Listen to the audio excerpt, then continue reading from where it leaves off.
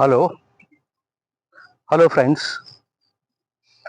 ఈరోజు వెరైటీగా ఉంటుందని ఆరు బయట చేస్తున్నాను. అవుట్ సైడ్ బయట ఊరికే ఇంటి లోపల ఎందుకు చేయటం అని చెప్పి ఈరోజు ఒక విషయం గురించి మాట్లాడదలుచుకున్నా. ఏంటంటే పాకీజా అనేటువంటి ఒక హాస్య నటి ఒకప్పుడు బాగా హాస్యనటిగా రాణించింది. ఆ తర్వాత ఆవిడే సరే కొద్దిగా వెనకబడ్డది అందరిలాగానే. తర్వాత ఏదో పేదరికంలో ఉంటే రోడ్డు మీద వెళ్తుంటే అలాంటి స్థితిలో ఉంటే రోషన్ గారు అని చెప్పి ఒక యూట్యూబరు ఆయన ఏదో హెల్ప్ చేశాడట. దానివల్ల 4 లక్షలు వచ్చాయట. 4-5 లక్షలు వచ్చాయి. ఆయన 15 లక్షలు అని చెప్తున్నాడు అండి. అదని చెప్పేసి ఇప్పుడు ఇంకొక యూట్యూబ్లో చూశాను ఆ ఇంటర్వ్యూ ఇస్తుంటే నాకు అనిపించింది, అసలు వీళ్ళకి ఎందుకు ఇంకొకళ్ళు ఇవ్వాలి? సినిమాల్లో మంచి ఫైల్లో ఉన్న మంచి ఉచ్చశిషలో ఉన్నప్పుడేమో ఎవరిని వీళ్ళు పలకరించరు, కానరు. వాళ్ళ డబ్బుల్ని వేస్ట్ చేసుకుంటారు. వేస్ట్ చేసుకున్నారో లేకపోతే దాచుకున్నారో మనకు తెలియదు. కానీ ఇప్పుడు వాళ్ళు కొద్దిగా లైమ్ లైట్లో లేకపోయేసరికి మేము చాలా మరి పేదరికంలో ఉన్నాం, అందరు హెల్ప్ చేయాలి మాకు అయ్యేది డిమాండ్ చేస్తారేంటి? వీళ్ళు మంచి స్థితిలో ఉన్నప్పుడు ఎవరు ఖర్చు పెట్టుకోమన్నారు డబ్బులు? మంచి స్థితిలో ఉన్నప్పుడు వేస్ట్ చేయటం డబ్బుల్ని, రకరకాల వేషాలు వేసి రకరకాల ఇది చేసి ఆ తర్వాత జనాలు ఇవ్వాలి అని చెప్పేసి అంటానికి వాళ్ళకి రైట్ ఎక్కడ ఉంది అసలు? ఒక డిమాండ్ లాగా పాపం ఆయన రోషన్ అన్న ఆయన ఏదో 4-5 లక్షలు కలెక్ట్ చేసి ఇచ్చాడు ఆయన ఛానల్ ద్వారా. అసలు ₹1 కూడా ఇవ్వాలా? రేపు సొంత వాళ్ళకే ఇవ్వరు. అలాంటిది ఒక 4-5 లక్షలు కలెక్ట్ చేసి ఇచ్చాడంటే ఎంత థ్యాంక్ఫుల్గా ఉండాలి?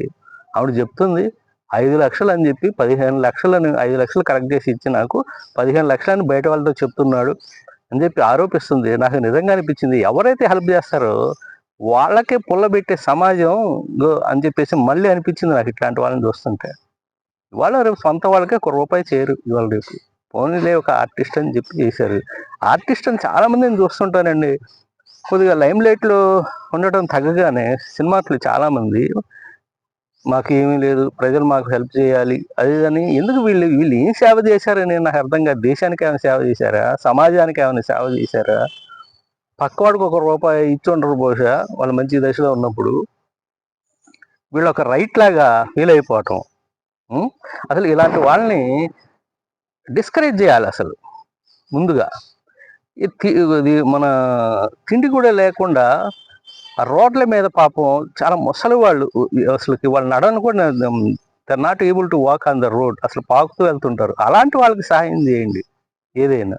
కానీ ఇట్లాంటి వాళ్ళకి కాళ్ళు చేతులు మంచిగా ఉండి చక్కగా ఉండి రకరకాలైనటువంటి మాయోపాయాల చేత డబ్బులు దండుకునేటువంటి ఇట్లాంటి వాళ్ళకి సహాయం చేయకూడదు. చేస్తే ఇదొక అలుసులా తీసుకొని చూసారా మళ్ళీ ఇంకొక తెరలైపోయింది. ఏది డబ్బుల కోసం. అంటే easy money, she's accustomed to get easy money from the people.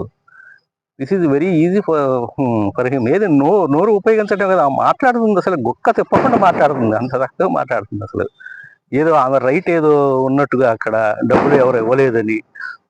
అసలు ఎంత ఉక్రోషంగా మాట్లాడుతుందంటే అసలుకి ఆమె చేసేదే బెగ్గింగ్, ఒక రకమైన వైట్ కాలర్ బెగ్గింగ్. ఓన్లీ పాపం ఇచ్చాడు ఆ రోషన్ అతను. నిజంగా అదే కనీసం థ్యాంక్స్ కూడా చెప్పట్లేదండి ఆ వీడియోలో కనీసం ఒక్కసారి. ఇలాంటి వాళ్ళని చూస్తే అసలు ఎవరికైనా ఇవ్వాలనిపిస్తుంది. అందుకనే పెద్దవాళ్ళు కూడా చెప్తారు అపాత్రదానం చెయ్యకూడదు అని చెప్పి. ఎందుకన్నారంటే ఇందుకే, అపాత్రదానం చేస్తే తీసుకుంటారు, పైగా నువ్వు ఎందుకు చేసావు, నీకు ఒలుబలి చేసావు అన్నట్టుగా అంటారు తిరిగి. ఇట్లాంటి వాళ్ళని చూస్తే అదే అనిపించింది నాకు. కాబట్టి నాకు ఇది మాట్లాడనిపించింది ఈరోజు. ఇలాంటి అపాత్రదానం చేస్తే ఎలా ఉంటుంది మనుషులకి అని చెప్పేసి.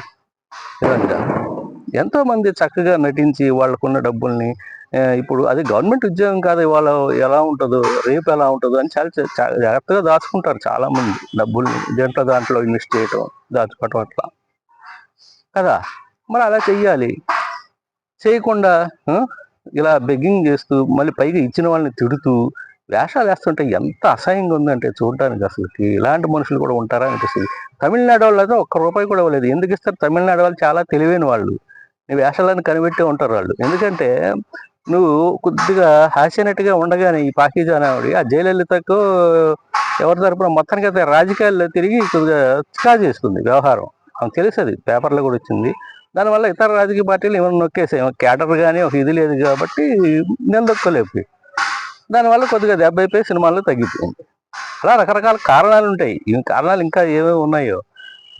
కాబట్టి ఇలాంటి అపాత్రదానాలు కూడా మన తెలుగు వాళ్ళు చేయకూడదు. తమిళనాడు అందరికీ తెలుసు కాబట్టి ఒక పైసా ఇవ్వట్లేదు కానీ నాకు అనిపించింది. ఆమె చెప్పింది ఎవరు కూడా తమిళనాడులో పైసా ఇవ్వట్లేదు. ఎందుకు ఇస్తారు? నీ గురించి మొత్తం తెలుసు కాబట్టి.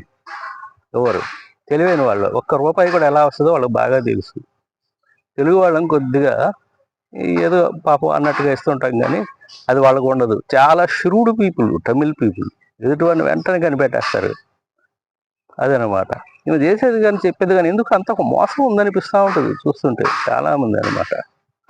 ఎందుకనో ఇలాంటి వాళ్ళకి దయచేసి సహాయం చేయకండి. రోడ్డు మీద అనమాట పాపం ఏ ఇది లేకుండా ఓల్డ్ పీపుల్ వెళ్తూ ఉంటారు, అలాంటి వాళ్ళకి సహాయం చేయండి. అనాథలైన వాళ్ళు ఉంటారు, అలాంటి వెళ్ళి అక్కడికి వెళ్ళి సహాయం చేయండి. మంచి నిజంగా రిలయబుల్ వాళ్ళకే సహాయం చేయాలండి, లేకపోతే ఆ సహాయం కూడా వేస్టే. It goes unnoticed, unrecognized and unthankful. ఇట్లాంటి వాళ్ళకి మనం ఒక గంట కనిపెట్టి ఉంటూ 10 మందికి కూడా చెప్పాలి. అందుకని నేను వీడియో చేశాను అనమాట.